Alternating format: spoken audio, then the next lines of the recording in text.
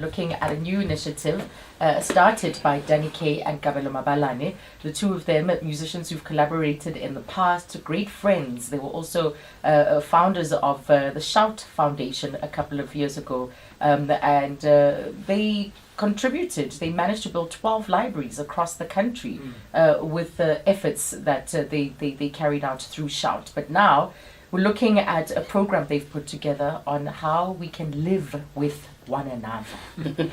So do you think that then we don't create enough spaces in South Africa, considering our past, to give people, black people, an opportunity to talk about their pain, and also to give white people a space where they can acknowledge the wrongs of the past and start to kind of bridge these two, because is it even I think some people some may have also lost hope that this bridging might not even ever happen. We were speaking to Maxine Jaffet from Gibbs, who was helping us kind of with our thoughts and stuff.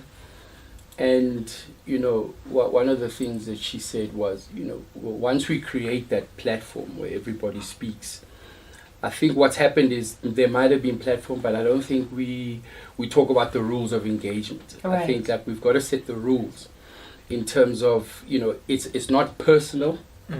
We've got to respect each other, when we do share our views openly. And I think when we can premise, those conversations on just those two, I mean, there's many rules of engagement, but if we can respect each other and not take things personally and allow ourselves to say, what we need to say, I think we can take a step forward, because immediately somebody says something, and it's difficult because it's linked to so many hurts, and but I think we need to create those spaces where we have rules of engagement. And that's the problem with Twitter and platforms. There's no rules of engagement. So I think even using that as a barometer to feel where the country's at is sometimes misleading, because their people are sometimes their best and worst selves, and it can be a very negative place, a very toxic place. And when we're in rooms with people,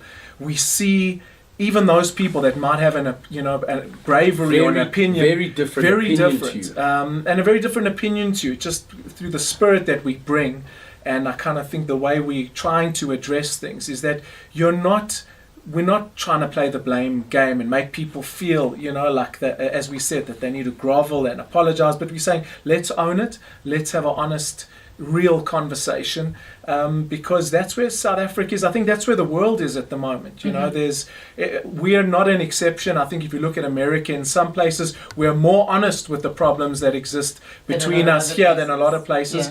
And we owe it to our children, we owe it to this country to have these conversations. And I think that's what flows through our blood. I wonder how you prepare people. I'm so curious, because I think it's like you have to be prepared about how far this may go. You say, you were mentioning the apology. There are quarters who feel that an apology in this country is necessary. Sure. There are quarters who feel that reparation is important in order for us to really mend or start to even mend what has happened. And so it's like, if you're going to enter the space and only think, I'm just going to sit and listen and only be moved to this point, people have to be prepared and open to even moving beyond, to go far, and really far. And I think it's once you understand it and it's decoded for you, and I think that's what we try and do. So we get people, we do it through a prism and a lens of our lives. Is once you get there, I think that ownership, that apology can be there, and it's not forced. But it's when people are defensive and you're not speaking to their heart, and I think that's the thing we try to do. Is the science is one thing, and great industrial psychologists and academics can do one thing. We're trying to approach it from soul. We're trying to speak to your soul and really let you own what it means to be a South African, and really want the best, not only for you but for everyone in this country. And I think if we can do it through that methodology, then we've got a chance. Right. Palisa writes and she says, what does the dialogue then culminate into? She says, I don't mean to be pessimistic, but if it's just a conversation to spur introspection, then it's another kumbaya session. So what should it culminate into? I think, we have to be really honest with ourselves that, we when we go into these spaces, we also realize that, to change behavior, we might change behavior of one or two people, but we pride ourselves in the fact that at least we're having the conversation. But, one thing we've learned, even through the different people and the various voices that have spoken into this project, is people are afraid to do the work. We've even said, a number of times that, we're going to do this. Do you think we'll be invited to talk about this stuff? Because basically, we're coming into... And are the invites flowing in? They are, and it's been reassuring because it's hard to speak about these things. And the corporates that we speak to, we were wondering, are you gonna be brave enough to address these things, or are you gonna wait for things to explode and then deal with them?